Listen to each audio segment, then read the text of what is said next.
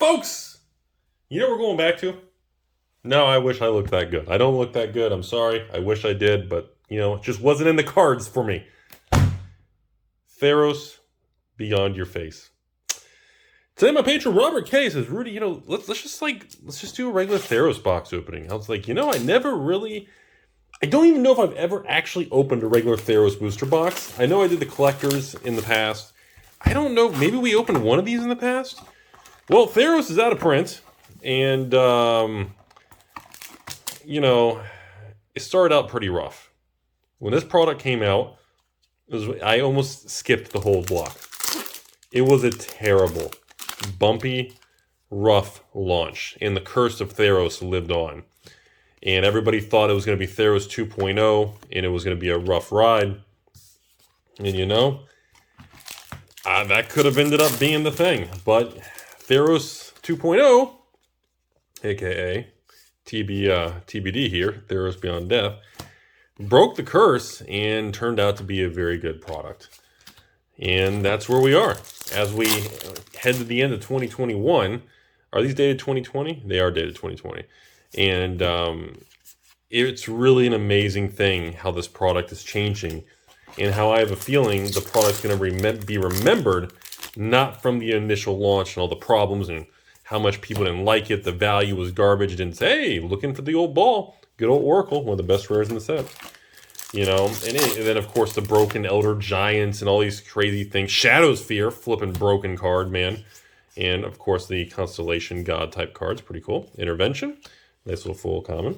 And of course the Pokemon basic lands. A lot going on in this product.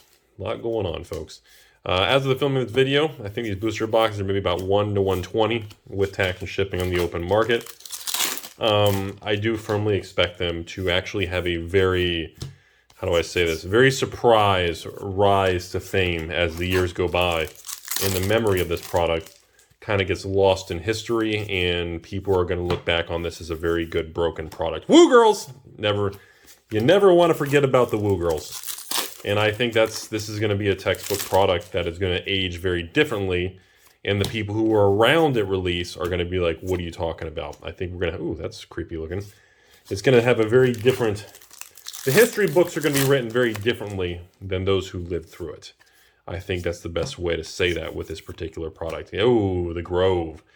Well, this Nymphomaniac is one of the best rares in the set. It's probably over $10 by now. Fantastic pull. I think Nympho, Shadowsphere, and there's a couple other really good rares in the set that are holding really good value. Nice little veteran action. Obviously, in the Mythic slot, you want to get the Gods and Heliod, and of course, all those Elder Giants and blah, blah, blah. And I also feel like this was the first time Erebos Intervention that Wizards learned that, certain cards being harder to get is not a bad thing. Looking at, Banishing Light, Infamous reprint, Eraser, and Memory. I think we all learned that the hard way when I was doing the Theros collector boxes and Commander Legends collector boxes. I learned that Jewel Lotus in the fancy version is very hard to get. The Elder Giants in the fancy version is extremely hard to get, little Scrylands. And we started to learn, as the market started to adjust, that some of these cards are going to have to be adjusted in value based on difficulty to acquire. Scryland number 2. Oh, a little foil Hardened in the Forge. A little foil card there. A little foil showcase constellation, borderless, extended art, blah, blah, blah. Fancy adjectives nobody cares about. All right, Eat to Extinction, creepy piece of art, and a nice little plant. So that's where I feel we are, folks. And I feel Theros is just going to have a bright future. And it's crazy to hear myself say that. Nice tutor in the set. Because this product did so bad at launch, man. Like, Wizards cut allocation. Like, 2 weeks in, it was like, please, you guys can order whatever you want. There was no allocation bottleneck. The draft boxes were just whatever you want. It was a bumpy time, man. And I like, Nyx Lotus. I like to bring this up because it gets lost. And nobody talks about that. Nobody remembers what the specific path was. All people are going to look at is what the cards are going to be worth and how expensive the box is. And years later, I shoulda, woulda, coulda. I should have kept blah, blah, blah. Sealed box, hoarded this, blah, blah, blah. But at the time, it doesn't really work that way, man. So Yeah, Theros turned out to be, Theros 2.0 was way better than the original Theros. Oh! There it is. Oh my god. Look at this pack. You really can't ask for a better pack than this. Holy smokes. We got Uno, draw 4 Titan Monster for our first mythic halfway through the box. Our first mythic. And one of the best rares in the set as our foil rare. Holy smokes, Robert. Fantastic. That was the pinnacle of this box opening. Holy smokes, that was fantastic. Bronze Blooded. Here we go for God number 2. Here comes all the mythics.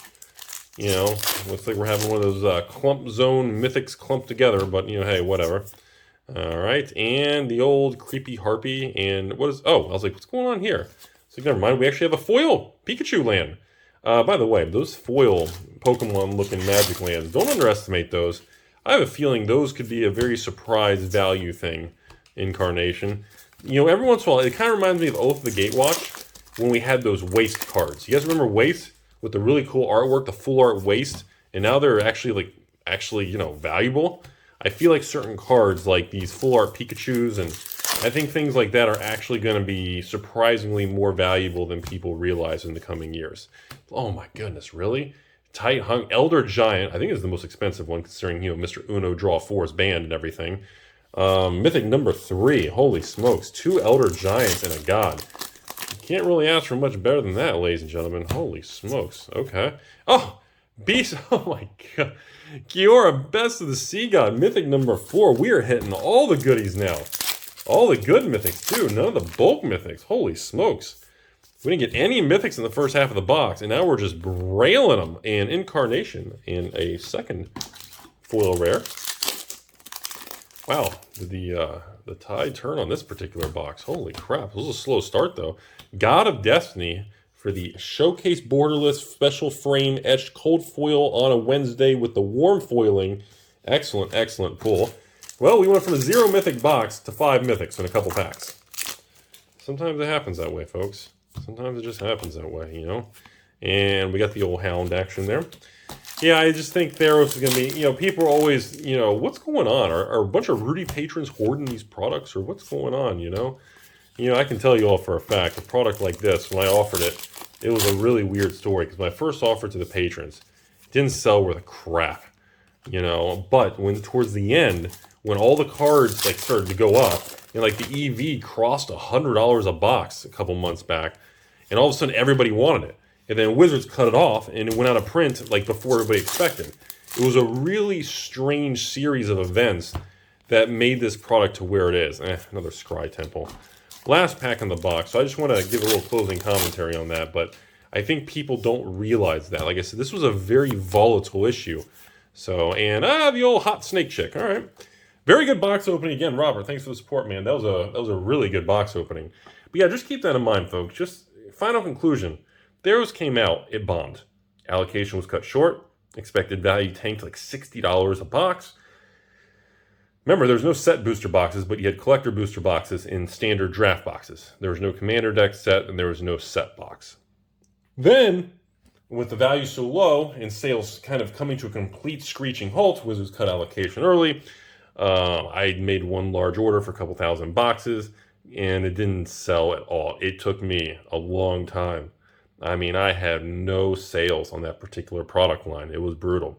And then when we hit towards the end, which was probably about a year later, which was probably 4 or 5 months ago, earlier in 2021, all of a sudden, I sent out a message to patrons. I remember this, and I'm like, by the way, surprise, this product's going to be cut off early, and I had to pull it down, and everybody was all volatile. A lot of emotions flowed. People were unhappy. Patrons were angry. Rah, rah, rah.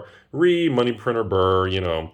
And now, you know, the value of it between the gods, the elder dragons, the actual rares, and the different mythics, and of course, you got, you know, Scrylands aren't really that much, but it really became a thing. And some of the cards are powerhouses, man. I mean, some of these things, they're just, I mean, that Shadow Sphere is ridiculous. The Nymphomaniac card, some of these cards are ridiculous. So, anyways, I think moving forward, I just want, hopefully, some people as the years go by remember the story of Theros 2.0, because I have a feeling these boxes are going to become very expensive in the next 3 to 5 years, and I just feel like most people will miss out and already have missed out on it. And I think that's just going to be the story of life and regrets. And I think the future people are going to look back and just be like, oh, it was a 2020 product. Nobody bought it. I feel like that's going to be the history books.